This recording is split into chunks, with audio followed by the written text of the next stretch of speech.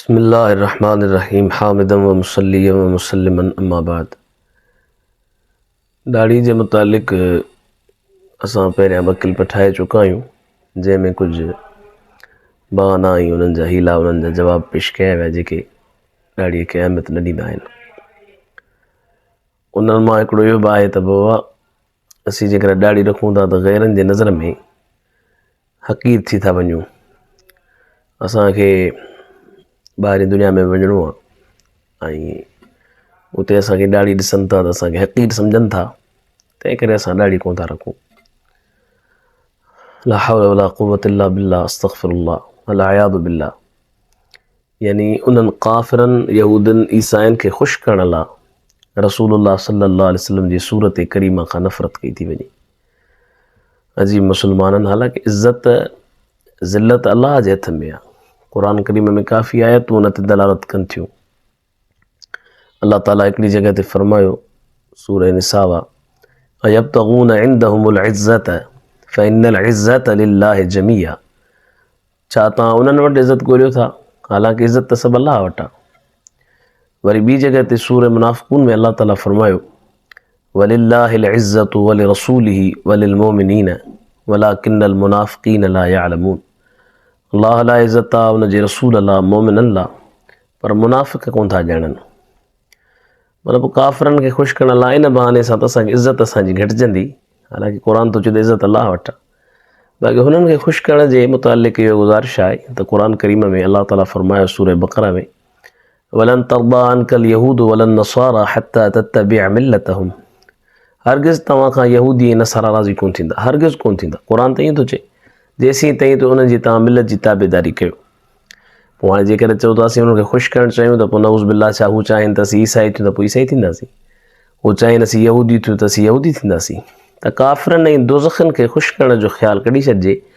ऐं असांजा काफ़ी बुज़ुर्गान दीन तुर्की जा, पाकिस्तान जा, ॿाहिरी दुनिया में कमु करे रहिया आहिनि, उन्हनि अहिड़ी का ॻाल्हि कान कई आहे। छो त इज़्ज़त अल्लाह जे हथ में। हज़रत उमर रदी अल्लाह ताला अन्हु जो इरशाद आहे मुस्तदरक इमाम हाकिम में त अअज़्ज़ना अल्लाहु बिल इस्लामी महमा नतलुबुल इज़्ज़ बिग़ैरि मा अअज़्ज़ना अल्लाहु बिही अज़ल्लना अल्लाह। फरमायो अल्लाह ताला असांखे इस्लाम जे ज़रिए इज़्ज़त ॾिनी आहे, जॾहिं बि असां अल्लाह खां सवाइ ॿिए जे ज़रिए इज़्ज़त हासिल करण जी कोशिशि कई आहे, अज़ल्लना अल्लाह, अल्लाह असांखे ज़लील करे छॾियो। तंहिं करे ज़िल्लत ऐं इज़्ज़त अल्लाह जे हथ में आहे। इस्लाम खां सवाइ जेकॾहिं ॿिए कंहिं तरीक़े सां इज़्ज़त हासिल करण जी कोशिशि कई वेंदी त अल्लाह इज़्ज़त कोन ॾींदो बल्कि ज़िल्लत ॾींदो। असांजे मुल्कनि में त इहो हाल आहे जो जेके होटलूं आहिनि या वरी रेस्टोरेंट आहिनि, उन्हनि में बि शायदि मालिकान जे तरफ़ां या ॻाल्हि आहे जेको ॾिठो वञे थो त उहे कोशिशि कंदा आहिनि त जेको मैनेजर हुजे या रिसेप्शन ते वेठल हुजे उहो बाक़ाइदे बिल्कुलु ईसाई नसारा वारे तरीक़े सां उनजी ॾाढी पूड़ियल हुजे, उनखे पेंट शर्ट वग़ैरह पातल हुजे। हालांकि जाए पेंट शर्ट या पाइण सां या ॾाढी कूड़ण सां को इज़त कान मिलंदी आहे। इज़त जंहिंजी हूंदी उहा हूंदी, अल्लाह जी ज़ात बाबरकात उहा इज़त ॾिनी आहे। पर अफ़सोस आहे मुसलमाननि खे जो अहिड़ा शराइत रखनि था जेके शराइत गुनाह जे क़बील में अचनि था। बाज़ माण्हू चवंदा आहिनि त बाबा दाढ़ी रखणु सुन्नत आहे, सुन्नत न कईसीं त छा थी पियो, सुन्नत आहे ऐं सुन्नत न कईसीं अजीब थोरो सोचिजो। पहिरीं ॻाल्हि त दाढ़ी रखणु अइम्मा अरबा वटि वाजिबु आहे, अइम्मा अरबा वटि वाजिबु आहे।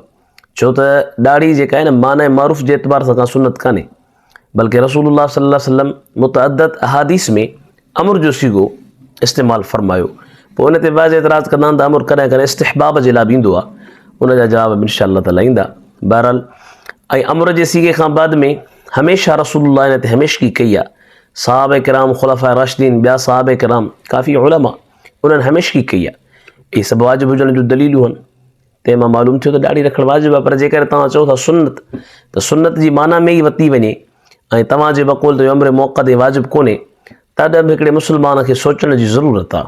उहा इहा त तव्हां कंहिं दुश्मन ख़ुदा जी सुन्नत महबूबु आहे या ख़ुदा जे महबूब जी सुन्नत महबूबु आहे। पर मूंखे ईअं थो लॻे जो असांजे मुस्लमाननि खे दुश्मन ख़ुदा यहूदा नसारा जी सुन्नत महबूबु आहे, ख़ुदा जे रसूल जी सुन्नत महबूबु कोन्हे। तंहिं करे कोशिशि कजे त उहे सुन्नतूं अपनाइजनि जेके रसूलुल्लाह जूं आहिनि। व आख़िरु दावाना अनिल हम्दुलिल्लाहि रब्बिल आलमीन।